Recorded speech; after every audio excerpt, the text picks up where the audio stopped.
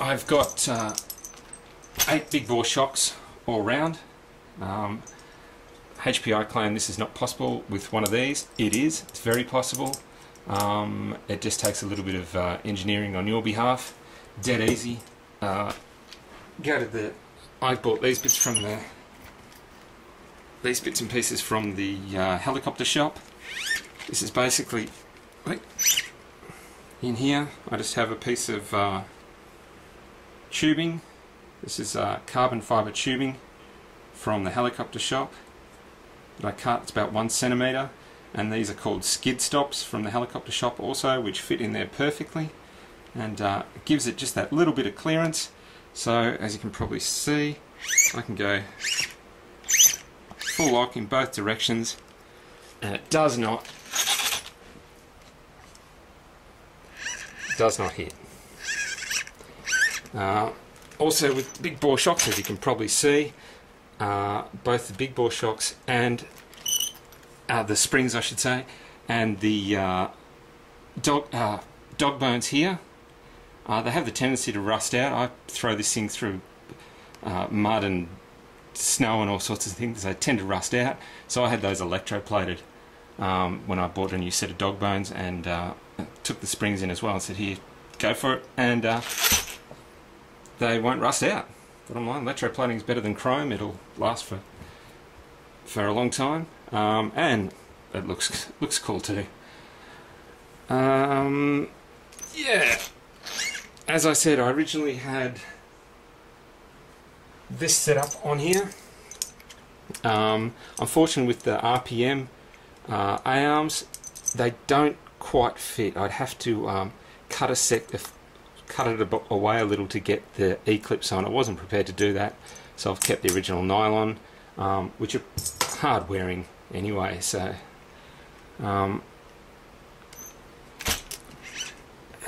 what else was there? Lean out issue. As most of you will know, lean out issues. I'm waiting for baffling, some foam baffling for the tank.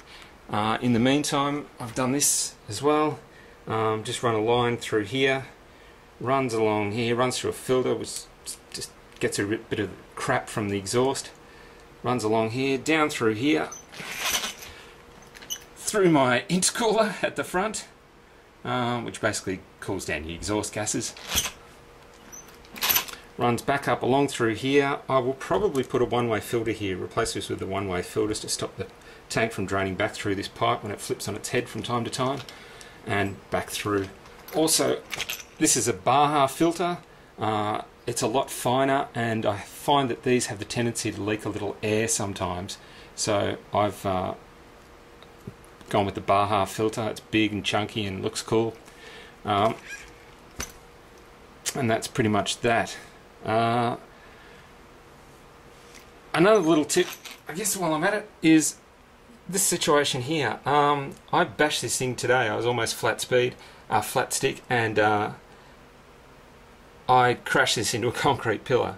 And the first thing that you generally seem to give when particularly on the front end, is you'll break your steering away.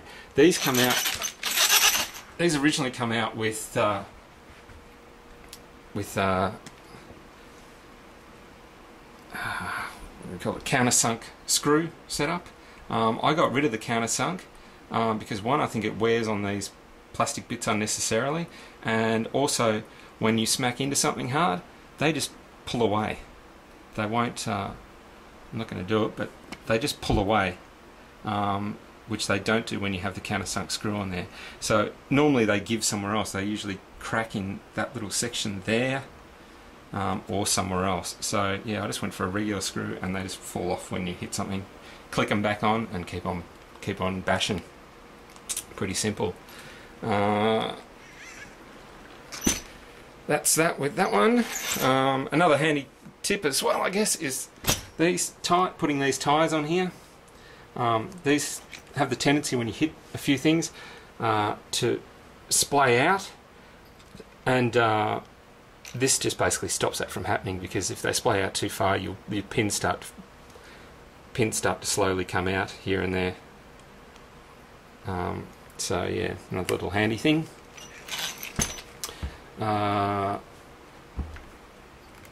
Kept my wire at its full length, just wound that back down there, cut the end off one of these, and that holds that all in there in place.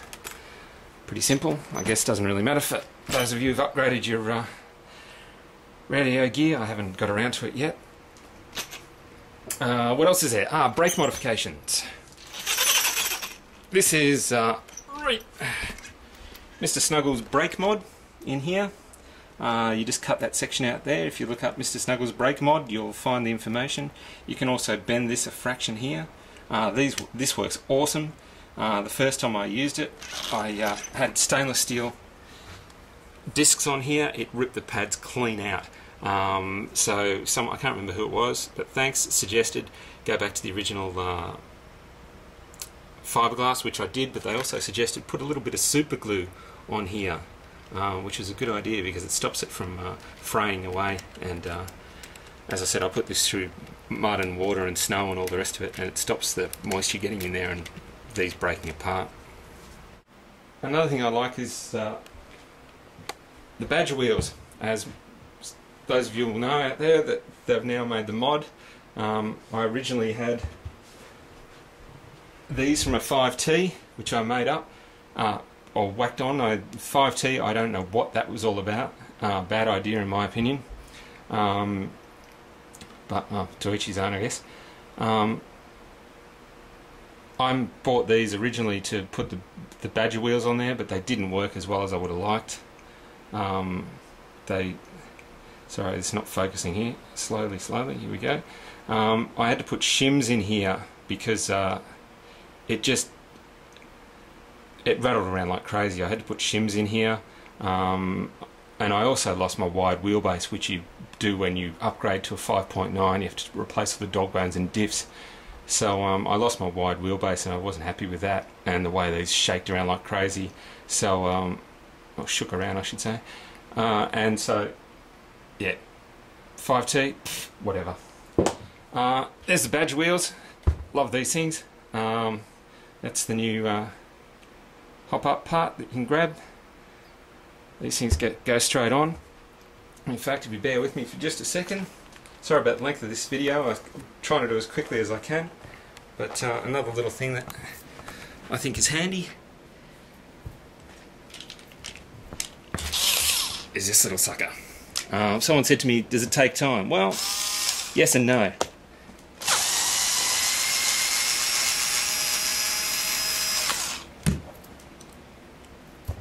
Bye bye Goliath.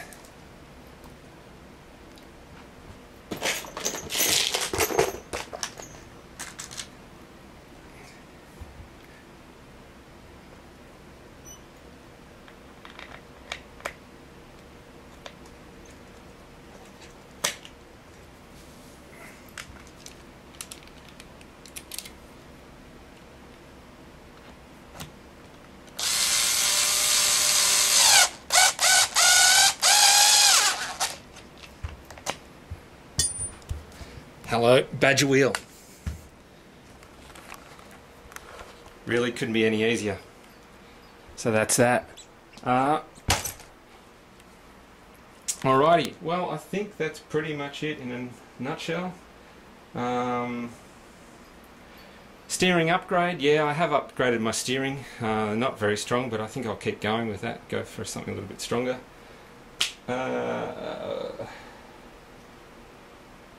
I think that's pretty much it. I have a couple of different shells, of course. I have this shell because I like to put street tyres on it and use it on the road from time to time. I've got the Baja Bug, simply because it looks awesome. No other reason. Love the look of this thing. And of course, our good old traditional setup. This is my Savage X.